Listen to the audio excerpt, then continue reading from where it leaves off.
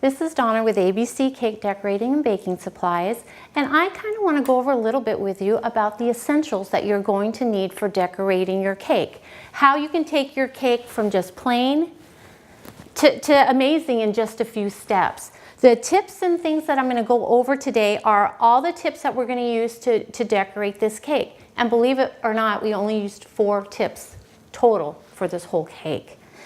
One of the things is making sure before you start to decorate is that you have your icing consistency correct and for what you're going to be using it for. Therefore, there are 3 different basic consistencies to icings. You have your thin consistency. The thin consistency icing is more for icing the cake because, again, you always want to ice it in thin. When you're making the leaves for your cake, you want to make sure it's a thin icing. And when you're starting to write on your cake, you want to make sure, again, that is a thin icing also. The way you would tell, and we are going to have the recipes to make all 3 consistencies because there is a thin, a medium, and a stiff consistency. If you find that your consistency is off a little bit after playing with it, you're not getting the results you want, if you need to stiffen your icing, then again, just add a little bit of powdered sugar to it. If you need to thin it out a little bit, just add a little bit more water to it. So that is what your thin consistency icing is going to be. And the way you would check that after you have made it is do a spatula method. Fill your cup up about halfway or so. Put your spatula in there and it should lean over.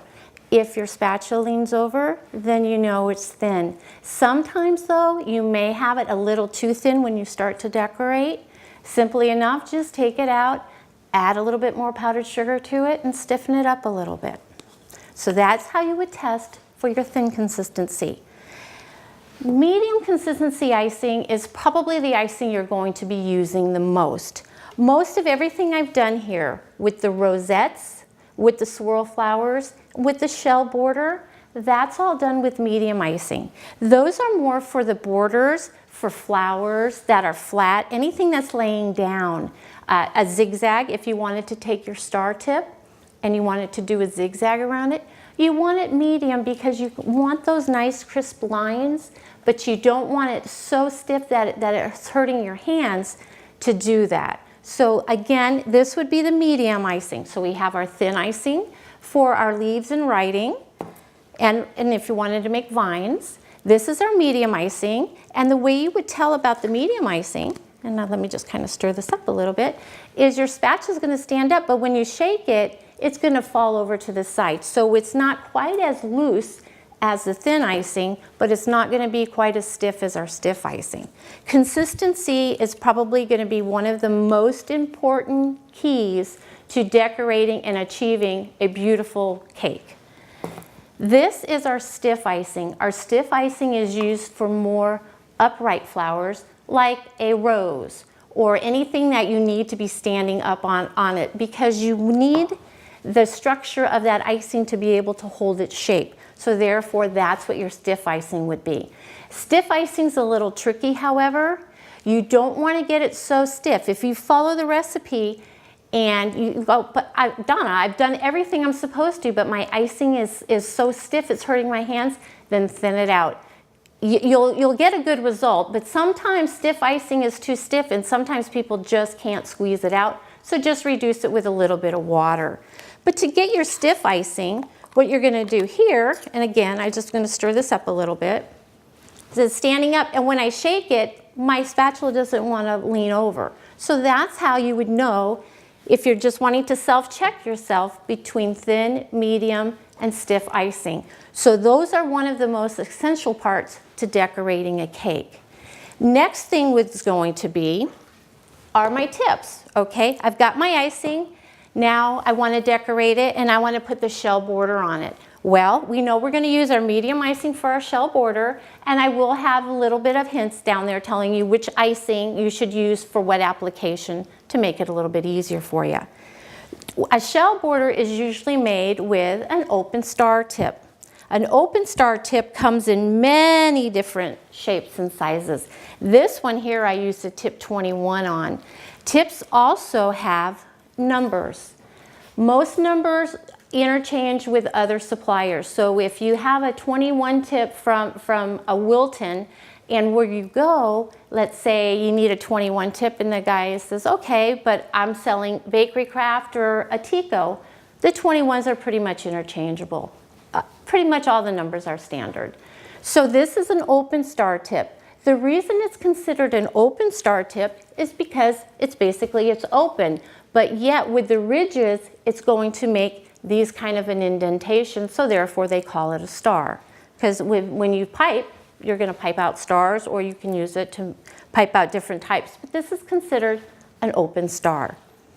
This is a closed star, and the reason is because unlike the open star, it kind of rolls in on itself. Therefore, it tends to make a little bit more deeper ridge or groove into what the shell border or the flower that you're going to be making with this tip.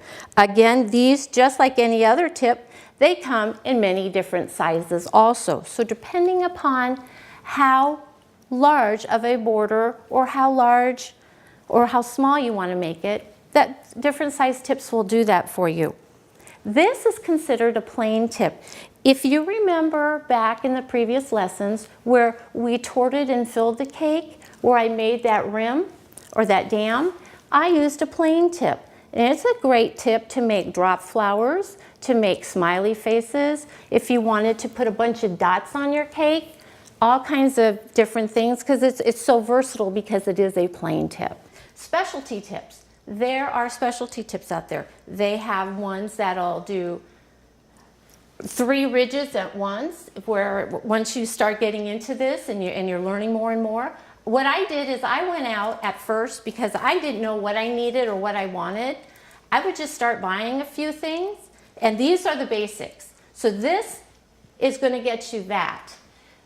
One of the things is I went out and I just started buying tips because they're fairly inexpensive. And I just started playing with them. There's all kinds of things you can do, and you'll be surprised at how much fun you can have. Decorating cookies, Rice Krispie treats, you can go beyond cakes.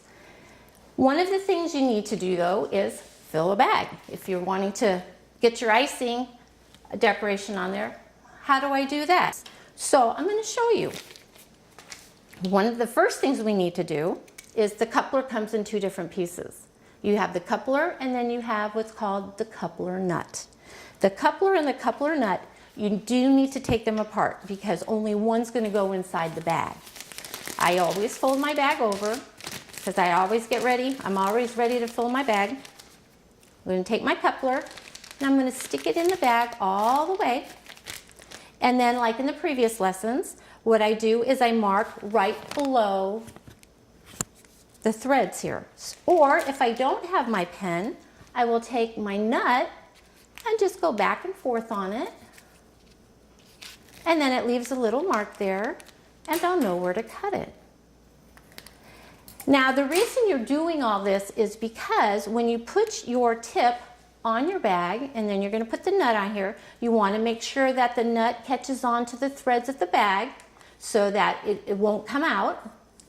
The reason why you did all this is so after you fill the bag, which we'll go ahead and do right now, we'll fill it with our medium icing, because in our next lesson we're going to use pretty much medium icing other than just the thin icing for the writing and for the leaves. I take and I rest it in my hand and I just scrape it to the side. Now when I'm filling my bag, I never want to fill it over halfway full. Again, and I can't stress this enough, you don't want to stress your hands because you don't want to end up having tired hands or ending up having some type of carpal tunnel or anything, because they found that was happening with a lot of decorators because they were overfilling their bag.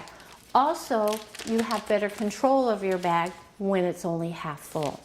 Now that my icing's in here, I'm going to take, and I usually go one side, move it down, and then just kind of go, so you don't have any air bubbles. Nothing's worse than when you start to decorate your cake and you get air bubbles in it. And then I take it and I twist it. Now I'm ready to go. But let's say I'm done using this tip. I don't want to use my open star tip anymore. I want to make some dots, or I want to write my name or happy birthday on a cake. This is how easy this is, and this is so amazing. Just take it, put your new tip on there, take your nut, and now you're ready to go again. So this is why you use the coupler. You don't always have to use a coupler. In fact, a lot of times if I'm doing something and I'm not going to be changing my tip, I don't use a coupler at all. What I simply do is I open the bag, and let's say I wanted to use a larger tip. They do have larger couplers. However, I find they become very cumbersome because, I mean, this tip went from this to this already. So now if I'm working with a tip this large and I have the larger coupler, it gets in my way. I really don't like it, but feel free, try it. You may like them. Some people, all they'll ever use is just couplers. They'll never just use the plain tip in a bag. This guy here, what I'm going to do is I'm going to cut, if you see here, this tip, let me take it back out a second. This is the open star tip, if you remember, and it has little indentations. What I'm going to do with this, put it in here, and I want to push it all the way down as far as I can go, and I'm going to mark it,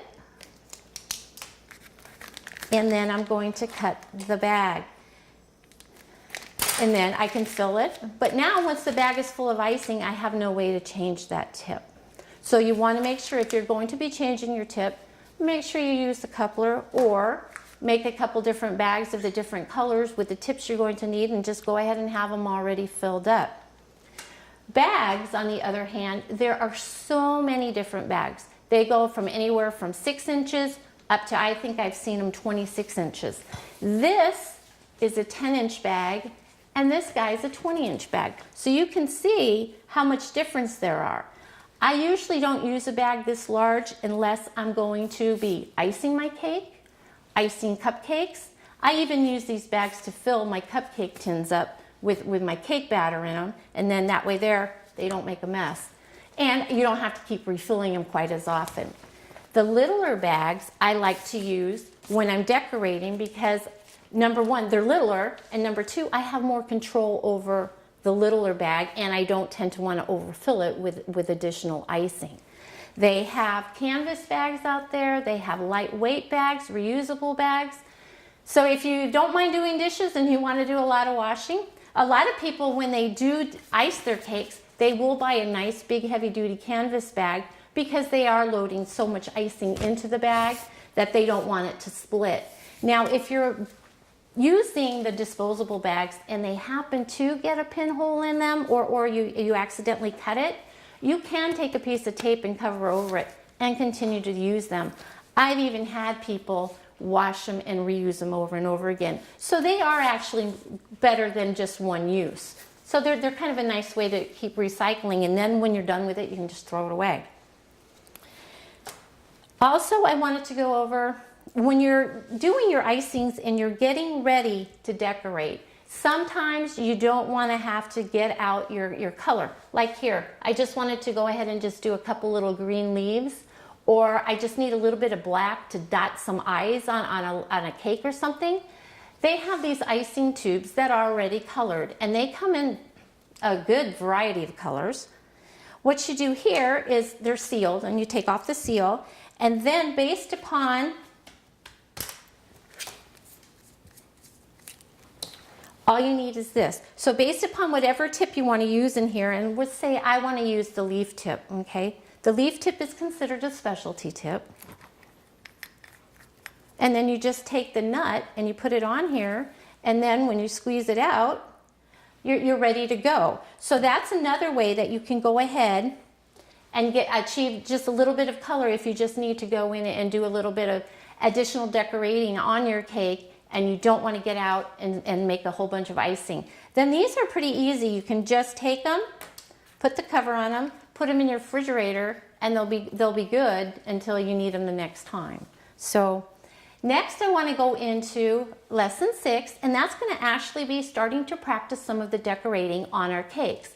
So what we're going to need for the next lesson, if you want to follow along with me, is you're going to need a tip 21, and you're going to need medium consistency icing, and we are also going to have for you, this is a little practice sheet, and we're going to start practicing a couple of these things for you.